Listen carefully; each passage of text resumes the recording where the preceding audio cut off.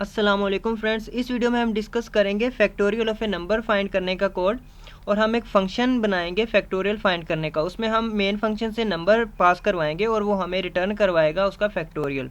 इससे पहले हम फैक्टोरियल को देखते हैं कि फैक्टोरियल से क्या मुराद है। फैक्टोरियल से मुराद कि कोई भी नंबर है हमारे पास, उस नंबर को, फॉर एग्जांपल ये एग्जांपल देखें कि उस नंबर को हम उस नंबर से लेकर एक तक जितने भी नंबर हैं उन सब को मल्टीप्लाई करवाने से जो भी आंसर आए हमारे पास वो फैक्टोरियल होगा उस नंबर का। अब फॉर एग्जांपल मेरे पास ये 5 है, तो 5 से लेकर एक तक जितने भी नंबर हैं मेरे पास उन सब को मल्टीप्लाई करवाने से जो मेरे पास आंसर आएगा वो फैक्टोरियल होगा 5 का। तो इनको मल्टीप्लाई करवाने से मेरे पास आंसर आता है 120। हैंस 5 फैक्टोरियल हमारे पास होता है 120। तो इसका हम C++ में कोड कैसे करते हैं, उसके लिए मैं यहाँ पे एक फ़ंक्शन डिक्लेयर करवाऊँगा। इंटीजर रिटर्निंग डाटा टाइप, उसकी इसे बोलते हैं रिटर्निंग डाटा टाइप इंटीजर। और फैक्टोरियल होगा फंक्शन का नाम, और उसमें हम एक int टाइप आर्गूमेंट पास करवा देंगे मेन फंक्शन से। अब मैं मेन फंक्शन में एक वेरिएबल डिक्लेयर करवाऊँगा int n नाम से, और एक मैसेज प्रिंट करवा दूँगा कि इंटर नंबर। यहाँ पे मैं यूज़र से n वेरिएबल में नंबर इंटर करवा लूँगा जिसका मैंने फैक्टोरियल रिटर्न करवाना है। तो ये नंबर पास करवाएंगे हम उस फंक्शन में। तो उस फंक्शन को, इस फंक्शन को, फैक्टोरियल नाम के फंक्शन को मैं डिफ़ाइन करता हूँ यहाँ मेन फंक्शन के बाहर।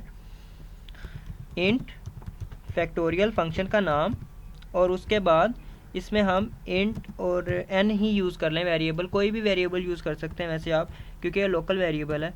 तो यहाँ पे मैं दो वेरिएबल्स और डिक्लेयर और इनिशियलाइज़ करवाऊँगा। यहाँ पे इंट फैक्ट नाम से मैंने एक वेरिएबल लिया, उसे मैंने 1 से इनिशियलाइज़ करवा दिया। अब मैं एक कोई आई नाम से वेरिएबल ले लेता हूँ, उसे मैंने 1 से इनिशियलाइज़ करवा दिया।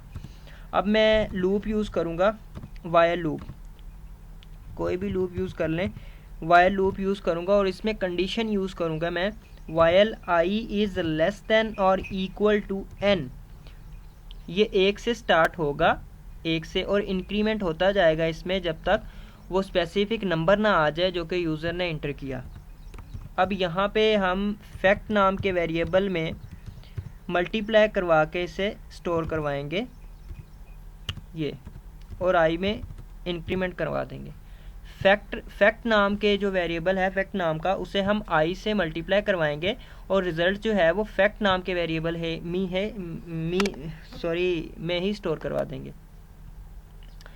तो यहाँ पे आई में इंक्रीमेंट करवा दिया मैंने, और यहाँ लूप के बाहर, ये लूप की ब्रेसेस हैं, लूप के बाहर हम रिटर्न करवा देंगे फैक्ट नाम का वेरिएबल जिसमें वो फैक्टोरियल की वैल्यू होगी। अब इसे मेन फंक्शन में हम कॉल करेंगे सी आउट फैक्टोरियल फंक्शन का नाम, और उसमें वेरिएबल या आर्गूमेंट जो कि मेरे पास मेन फंक्शन में n है, तो मैं n लिखूँगा यहाँ पे। अब मैं इसे कंपाइल करता हूँ, 0 वार्निंग, इंटर नंबर इंटर करता हूँ मैं 5, 120 मेरे पास आंसर आ गया। तो इस कोड ने अब काम कैसे किया, इसे ड्राई रन करते हैं।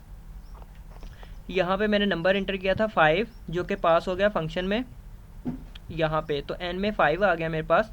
फैक्ट में और आई में पहले से ही 1 है जो कि मैंने इनिशियलाइज़ करवाया हुआ है। सो कंडीशन हमारे पास थी यहाँ पे,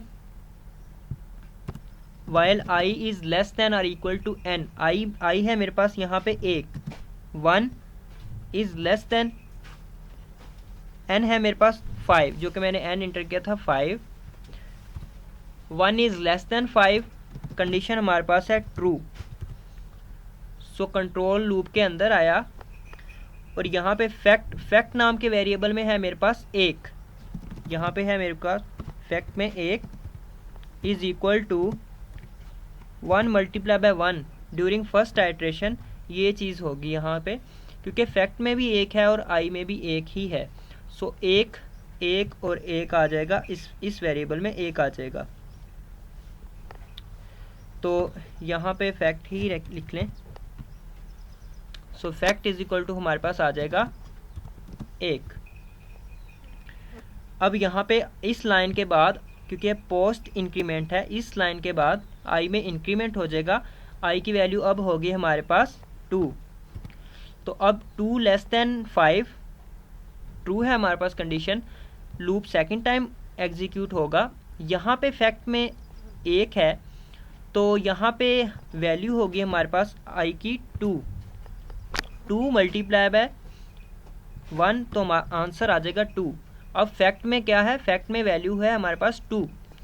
अब यहाँ पे इस लाइन पे आने के बाद आई की वैल्यू है जो वो हो जाएगी हमारे पास 3। यहाँ पे आई 3 आएगा, 3 less than equal to 5 condition true है, लूप एग्जीक्यूट होगा और यहाँ पे फैक्ट में आ जाएगा आई की वैल्यू इंक्रीज हो रही है तो आई में आ जाएगा 3 1 सॉरी फैक्ट में था 2 तो 2 मल्टीप्लाई बाय 3 हमारे पास आ जाएगा 6। तो अब फैक्ट में आ गया हमारे पास 6 तो आई में आएगा 4, यहाँ पे इस लाइन के बाद से यहाँ पे आ जाएगा 4 और अब 4 is less than equal to 5 condition true है हमारे पास तो यहाँ पे i is less than equal to n condition true. Fact is equal to fact में है मेरे पास 6 तो यहाँ पे क्या आएगा 6 जो कि फैक्ट में है मल्टीप्लाई बाय i में जो वैल्यू है 4, आंसर आ जाएगा 24। तो अब फैक्ट में आ गया 24 और इस लाइन के बाद i में आ जाएगी value 5। So 5 is less than equal to 5। ये लेस देन वाली कंडीशन तो रॉन्ग है लेकिन ये इक्वल वाली जो है ये कंडीशन ट्रू है हमारे पास, 5 is equal to 5। So condition true होगी हमारे पास।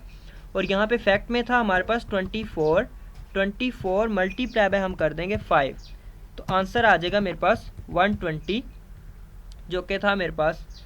और यहाँ पे आई की वैल्यू अब हो जाएगी 6 और यहाँ पे जब आएगा कंट्रोल तो 6 इज़ लेस देन और इक्वल टू 5 कंडीशन हो जाएगी हमारे पास फॉल्स। तो अब लूप एग्जीक्यूट नहीं करेगा और कंट्रोल इस लाइन पे जाएगा और फैक्ट में जो भी वैल्यू होगी वो रिटर्न करवा देगा। और जब हमने इस फंक्शन को यहाँ पे कॉल किया तो हमारे पास 120 प्रिंट हो गया।